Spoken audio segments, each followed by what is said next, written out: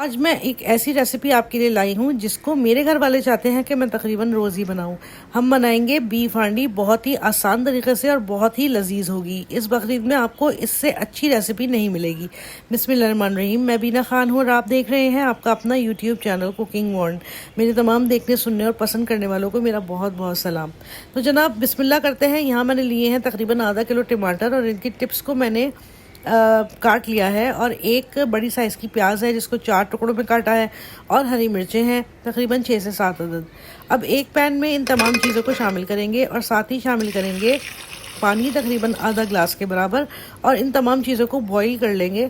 इतना बॉईल कर लेंगे कि सब चीज़ें गल भी जाएँ और पानी भी इसी के अंदर खुश्क हो जाए, बिल्कुल इस तरह से जैसे वीडियो में दिख रहा है। अब मैंने क्या किया कि आधा किलो मैंने बीफ लिया बोनलेस और उसको छोटी छोटी बोटियाँ कर ली हैं और इसको मैंने पहले गला लिया कुकर में 10 मिनट के लिए और अब मैं इसको ऑयल के अंदर फ्राई कर रही हूँ। साथ ही शामिल कर दिया है इसमें मैंने लहसुन और अदरक का पेस्ट तकरीबन 2 टीस्पून के बराबर। अब हम इसको इतना फ्राई करेंगे कि ये बिल्कुल भुन जाएगा, यानी बिल्कुल कुरकुरा हो जाएगा। जैसे कि इसने कलर चेंज कर लिया है, बिल्कुल ऐसे ही आपने करना है। जब ये इस पोजीशन पर आ जाएगा तो हम अपना वो मसाला शामिल कर देंगे जो अभी हमने पीस कर रखा था। तमाम मसाले को बहुत ही अच्छी तरह से गोश्त के साथ मिक्स करेंगे और भुनाई भी शुरू कर देंगे। जब मसाला बहुत ही अच्छी तरह से हमारे गोश्त के साथ मिक्सअप हो जाएगा तो इसके अंदर मैं थोड़े मसाले शामिल करूंगी, जिसमें है नमक तकरीबन 2 टीस्पून के बराबर, कुटी हुई लाल मिर्च तकरीबन 1 टीस्पून के बराबर। इसको भी हम दोबारा अच्छी तरह से मिक्स कर लेंगे और फिर इसके बाद हम इसमें शामिल करेंगे दही तकरीबन आधा कप के बराबर।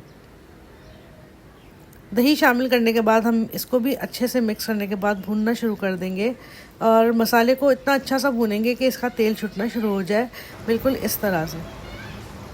जब ये इस पोजीशन पे आ जाएगा तो हम इसमें हरी मिर्चें शामिल कर रहे हैं। ये पकोड़े वाली हरी मिर्चें जो बड़ी ये पहाड़ी मिर्चों भी कहते हैं इनको, वो वाली मिर्चें शामिल करें। इससे बहुत ही अच्छी खुशबू आपकी हांडी में आएगी। और अब मैंने इसमें शामिल कर दिया है क्रीम तकरीबन आधा कप के बराबर ही इसमें मैंने शामिल किया है। इसको भी अच्छी तरह से मिक्स करेंगे और जब ये अच्छी तरह से मिक्स हो जाएगी तो इसमें मैं शामिल कर रही हूँ चीज़ की क्वांटिटी आप अपने हिसाब से शामिल कर लीजिएगा। मुझे थोड़ी कम लगी थी, बातें मैंने इसमें और शामिल कर दी थी। और अब यहाँ पर मैं 1 टेबलस्पून के बराबर मसाला शामिल कर रही हूँ, जिसमें शामिल है ज़ीरा और धनिया और काली मिर्चें। इन तमाम चीज़ों को मैंने अच्छे से भूनकर पीस लिया था और उसके बाद मैंने इसको शामिल कर दिया है और इसको स्लो हीट पे हम दम पर रखेंगे। साइड में अब मैं बघार तैयार कर रही हूँ। मैंने लिया है 2 टेबलस्पून के बराबर मक्खन और इसके अंदर ज़रा सा मैं ऑयल शामिल करूँगी ताकि मक्खन नीचे जले नहीं।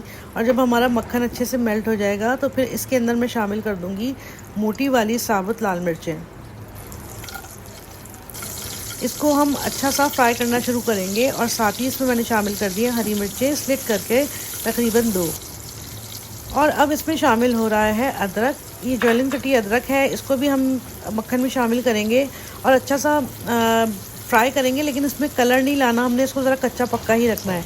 तो जब ये इस तरह से डन हो जाएगी तो हम अपनी हांडी के अंदर इस बघार को लगा देंगे। यहाँ आप देख सकते हैं मैंने थोड़ा सा इसमें चीज़ और शामिल किया था और अब ये बघार मैं इसमें शामिल कर रही हूँ और जनाब हमारी बहुत ही मज़ेदार सी ये हांडी बिल्कुल रेडी है।